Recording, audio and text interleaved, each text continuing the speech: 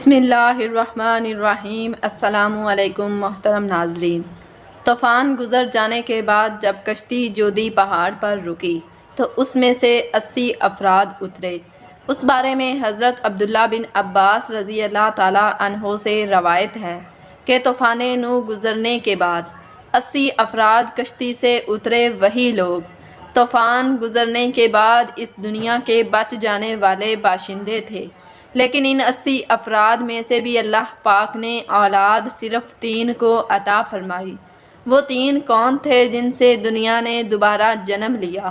حضرت امام ابن عساکر رحمۃ اللہ علیہ اپنی کتاب تاریخ دمشق لا بن عساکر 1 تا 31 میں لکھتے ہیں کہ حضرت آدم علیہ السلام کے دنیا میں تشریف لانے سے لے کر اب تک 9288 سال گزر چکے ہیں، اور حضرت نوح علیہ السلام اور حضرت موسیٰ علیہ السلام درمیانی وقفہ 1907 سال ہے۔ حضرت آدم اور حضرت نوح علیہ السلام کے درمیان 1142 سال کا فرق ہے، یعنی حضرت آدم کی وفات کے تقریباً 1420 سال بعد طوفان نوح کا عذاب دنیا پر واقع ہوا۔ جب یہ 80 لوگ کشتی سے اترے تو یہ شروع میں بابل کے ارد گرد آباد ہوئے، اور وہاں انہوں نے ایک بازار بھی قائم کیا جس کو سوق شمانین یعنی 80 افراد کا بازار کہا جانے لگا۔ شروع میں یہ مختلف زبانیں بولتے تھے، پھر اللہ پاک نے ان پر کرم کیا اور ان کو ایک نئی زبان عربی سے متعارف کروا دیا۔ طوفان سے پہلے حضرت نوح علیہ السلام کی اولاد موجود تھی، جبکہ ان کے بیٹے سام کی عمر 98 برس تھی۔ یہ یاد رہے کہ طوفان نوح میں تمام انسانیت کو اللہ پاک نے ہلاک کر دیا، سوائے ان 80 لوگوں کے جو حضرت نوح علیہ السلام پر ایمان لائے اور کشتی میں سوار ہوئے۔ آج یہ ساری دنیا نسل نوح علیہ السلام ہی مانی جاتی ہے۔ اللہ پاک قرآن پاک میں فرماتا ہے، اور ہم نے اس کو اولاد کو باقی رکھا۔ حضرت ابن عباس رضی اللہ تعالیٰ عنہ سے روایت ہے کہ حضرت نوح علیہ السلام کے 4 بیٹے پیدا ہوئے، سام، حام، یافس اور کنعان۔ حضرت سام کی اولاد سفید اور گندمی رنگ کی پیدا ہوئی، حضرت حام کی اولاد کالی پیدا ہوئے۔ تیسرے بیٹے حضرت یافس کی اولاد سرخی مائل پیدا ہوئی، اور چوتھا بیٹا کنعان تھا جو اپنی ماں کی طرح نوح پر ایمان نہ لایا اور طوفان میں ہی غرق ہوا تھا۔ حضرت ابو قتادہ سے روایت ہے کہ تمام انسان حضرت نوح علیہ السلام کی ہی اولاد ہیں۔ جب یہ 80 افراد کشتی سے اترے تو اللہ پاک نے حضرت نوح اور ان کے 3 بیٹے یعنی حام، سام اور یافس کے علاوہ باقی لوگوں کو ایک خاص بیماری میں مبتلا کیا کہ وہ اولاد پیدا نہ کر سکے۔ شروع میں یہ تمام افراد بابل میں رہنے لگے، لیکن جیسے جیسے سام، حام اور یافس کی اولاد بڑھنے لگی تو انہوں نے دوسروں علاقوں میں ہجرت شروع کر دی۔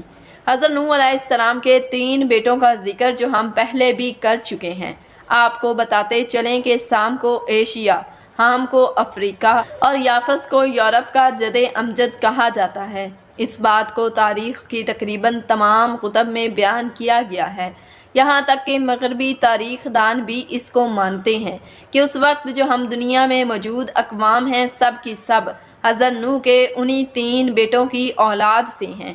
حضرت نوح علیہ السلام کے 3 بیٹوں میں سے حضرت سام کو یہ اعزاز حاصل ہے کہ طوفان کے بعد آنے والے تمام انبیاء انہی کی نسل کے سے۔ آئیے دوستو، سب سے پہلے حضرت نوح علیہ السلام کے بیٹے حضرت سام کی اولاد کا ذکر کرتے ہیں۔ حضرت سام کے بیٹوں کی تعداد تاریخ کی کتابوں میں متفق علیہ 11 بیان کی گئی ہے، جن کے نام ایلام، کہتان، اسور، عاد، کتبہ، ارفکسد، نود، کئے، یود، ارشد اور ارام بیان ہوتے ہیں۔ ان میں سے ارام کے 4 بیٹے تھے جن کے نام اوس، جتر، ہول اور حس تھے۔ جتر کے بیٹے کا نام سمود تھا، یعنی حضرت صالح علیہ السلام تھے، اور آپ قوم عاد کے پیغمبر تھے۔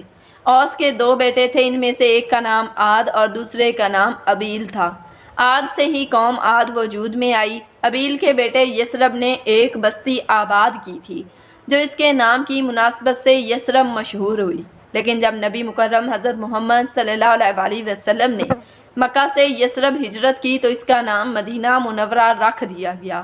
سام کے بیٹوں میں سے آرام کے علاوہ صرف ارفکسد کی اولاد کا تذکرہ تواریخ میں موجود ہے۔ ارفکسد کے 2 بیٹے شالخ اور کیمورس تھے۔ کیمورس فارس کا جد امجد بنا۔ کیمورس کے 6 بیٹے عراق، فارس، سیامک، شام، تور اور دمغان اپنے علاقوں اور ان کی نسلوں کے مورث اعلیٰ کہلائے۔ ان میں سے ایک سیامک کے بیٹے ہوشنگ کو فارس کے بادشاہوں کا جد امجد کہا جاتا ہے۔ اسی طرح ارفکسد کا جو دوسرا بیٹا تھا شالخ، اس کا صرف ایک بیٹا تھا جس کا نام آبر تھا۔ تاریخ دانوں نے انہی آبر کو حضرت ہود علیہ السلام بھی لکھا ہے۔ جتر کے بیٹے سمود جو حضرت صالح علیہ السلام تھے، ان کے 2 بیٹے تھے۔ ایک کا نام فلج تھا اور دوسرے کا نام یکتان تھا۔ فلج حضرت ابراہیم علیہ السلام کے جد امجد ہیں، جبکہ یکتان کے 12 بیٹے تھے اور وہ سارے عرب میں آباد ہوئے اور انہی کی اولاد عرب ممالک میں پھیلی۔ یہ تھی حضرت نوح علیہ السلام کے پہلے بیٹے سام کی اولاد۔ اب حضرت نوح علیہ السلام کے دوسرے بیٹے حام کی اولاد کی تفصیل آپ کو بتاتے ہیں۔ حضرت حام کے 10 بیٹے تھے۔ ان کے نام آکوش، حبش، نام، بویا، فوت، افرنج، سندھ، کنعان، ہرمز، مصر اور ہند تھے۔ ان میں سندھ کی اولاد نے سندھ، کنعان کی اولاد نے کنعان یعنی شام، مصر کی اولاد نے مصر، حبش کی اولاد نے حبشہ اور ہند کی اولاد نے ہند کو آباد کیا۔ اس طرح سے مصر کو مصریوں کا جد امجد کہا جاتا ہے۔ اس پہ کے بیٹوں کے نام بودمی، اناسی، لیامی، نفوسی، فتروسی، کسلوجیا اور کفتوری بیان کیے گئے ہیں۔ حام کا ایک بیٹا ہند جس کو ہندوستان کا جد امجد کہا جاتا ہے۔ اس کے 4 بیٹے تھے جن کے نام پورب، دکن، نہروال اور بنگ تھے۔ بنگ بنگالیوں کا اور یورپ مشرقی ہندوستان کی دوسری قوموں کا جد امجد تھا، لیکن دکن اور اس کے 3 بیٹے دکن کی مختلف قوموں کے مورث اعلیٰ کہلائے۔ اب بات کرتے ہیں حضرت نوح علیہ السلام کے تیسرے بیٹے یافس کی۔ حضرت یافس کے 10 بیٹے تھے جن کے نام بترتیب ادریس، ترک، ہمبر، چین، مادی، مایوج، یادان، توبل، مسک اور تیراس ہیں۔ چینی عوام حضرت یافس کے بیٹے چین کی اولاد ہیں۔ ترک کی اولاد نے ترکستان کی ریاستیں آباد کیں۔ مسلک اور توبل نے روس کو آباد کیا۔ ابھی بھی روس میں یہ 2 شہر موجود ہیں۔ اللہ اکبر! دیکھیے میرے اللہ کی شان، کیسے حضرت آدم علیہ السلام سے انسانوں کی ابتدا کی اور پھر طوفان نوح میں ایک دفعہ انسانوں کو ختم کیا، اور کس طرح پھر دوبارہ طوفان نوح کے بعد کروڑوں انسانوں کو پیدا کر دیا۔